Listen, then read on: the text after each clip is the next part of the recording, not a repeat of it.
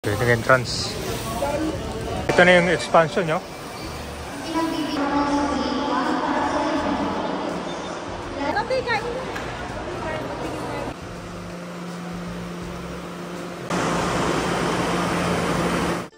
Finally, bukas na itong bagong most modern passenger terminal in Batangas. Sa mga bumibiyahe dyan from Mindoro, Marinduque, Romblon at Palawan, ito na yung panibagong terminal building na tinatawag nilang most modern inter-island terminal.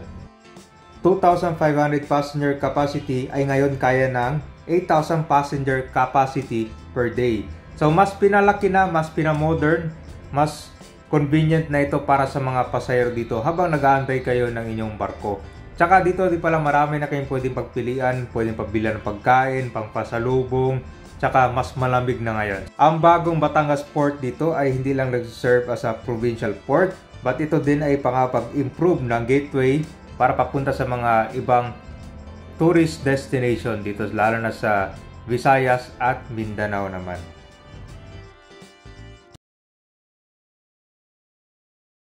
Okay, magandang hapon sa inyo lahat.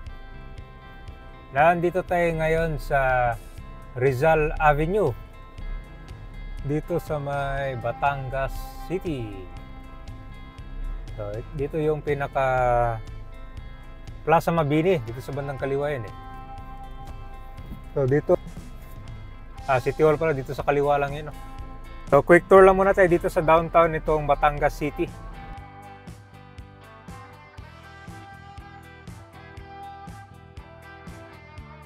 Ang pupuntahan natin ngayon itong Batangas Port, dahil na nagbukas na yung kanyan eh, yung expansion na yung Batangas Port, kung saan mas pinalaki na, mas marami ng mga passengers ang kayang i-accommodate daily. So from 2,000 mahigit, magiging 8,000 passengers daily na ang masiserve niyan bagong Batangas Port Terminal. Grabe, ang dami na pala mga establishment dito, no?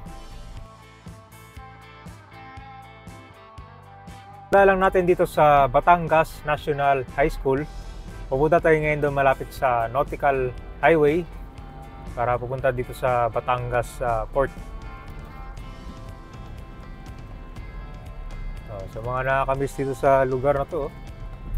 Pero ayon sa mga nabasa kong comment, yun na nga, mas pinalaki na tong Batangas Port, di ba? Pero may nag-suggest yata na mas padamihin pa yung mga barko na bumibiyahe para mabawasan yung mga pag-aantay nyo bago makasakay, di ba? Sa mga barko. Nandito na tayo sa loob ng Batangas Port. Yung parkingan ng mga sasakyan, tapos may mga bus dyan na ang biyahe papunta dito sa ibang lugar ng Metro Manila. Yan. So pagpasok nyo dito, meron nakalagay dyan na welcome to your modern Batangas Port. Yan, mas pinalaki na to siya. Yung huling punta kasi, kung ginagawa pa yung karugtong. Pero tingnan natin na yun. To Southern Luzon Premier's Inter-Island Transport Hub.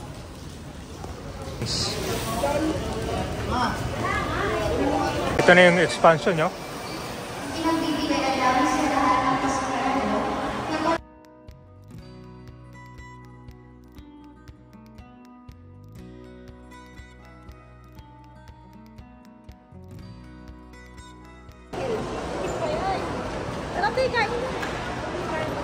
So pagpasok nyo dito guys, merong help desk dyan. Then meron na rin mga ATM machine dito. So yung mag-withdraw. Tapos yung mga ibang klase ng mga kumpanya ng barko dito. Dito kayo mag-i-inquire ng mga tickets. Yun. Ayun, bukas na pala. Kasi yung huling update natin, hanggang dito lang. Malapit sa ticket area. Grabe oh. Daming mga pwedeng pagpilian ng dito, mga pagkain.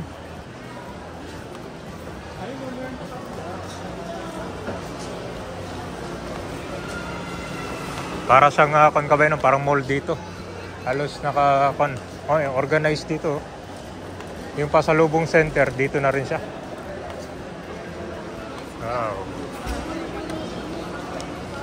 Ito yung restroom nila. Ito na yung kakabukas lang. Ito after sa Family Mart. Hindi nyo na kailangang bumili ng pagkain. Pagka pupunta kayo dito, sakto. Dito na lang kayo bibili.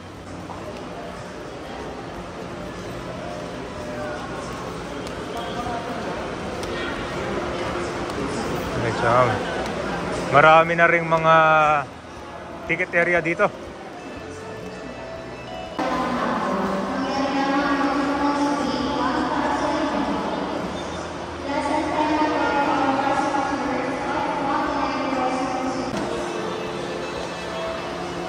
Ayun, ang daming mga ticket. Ito mga Dali Grocery, marami na rin to dito sa Batangas. Ito yung bagong groceryan na mabilis mag-expand. Dito tayo sa food court ng Batangas Port. Ala Eats.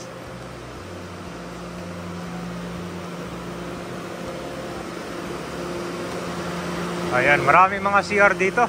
Tsaka kahit sa mapansin ko dito, mas malamig na siya.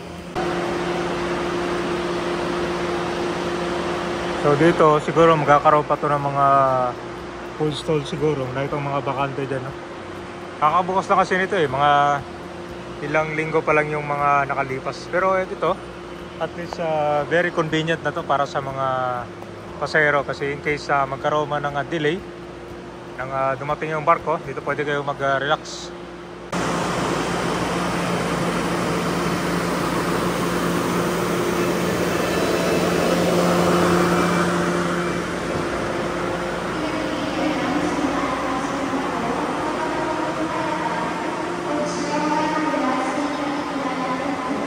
Anong mabibilihan dito sa pasalubong? Caldereta po ang best seller namin, sir. Beef caldereta, magkano yan? 150 po. With rice na po. Ito siya parang pambaon mo na ito, ma'am, sa barko. Take out na po. Take out na siya, guys. Naka-ready na. Initin na lang yan, ma'am, na.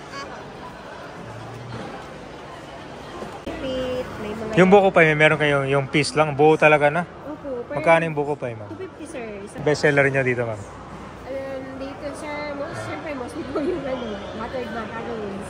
Buttered macaron? Opo. And then, ganito, sir, piyaya. Piyaya. 10 pesos, sir, ang laman yun. Magkano yan? 180 po. Otap. Saan yung otap dito? Meron, sir. Iba yan. Okay. Yun sa kabayan na itong sakayan ng mga bus papuntang Metro Manila. Ito mas pinalawak na rin pala dito. Ayan o. Pasahero papuntang Maynila, Ilarte Tapuindia, DITX, Cubao, Camyas, Kamuning, Alimol, Alabang, Turbina, sa Totomas Exit. May bus po tayong nakapila dito. Sa lahat po ng mga... Ito yung mga sakayan kabayan no. LRT Top Buendia, PITX Terminal naman. Teka ba yung mga sasakay ng bus, lalo na papunta sa LRT Top, PITX. Punta lang kayo dito. Marami naman yun sila. Naman sa labas ng kabay, marami ding mga kantin dito na pwede nyong pangkainan. Tapos yung mga gustong bumili ng pasalubong.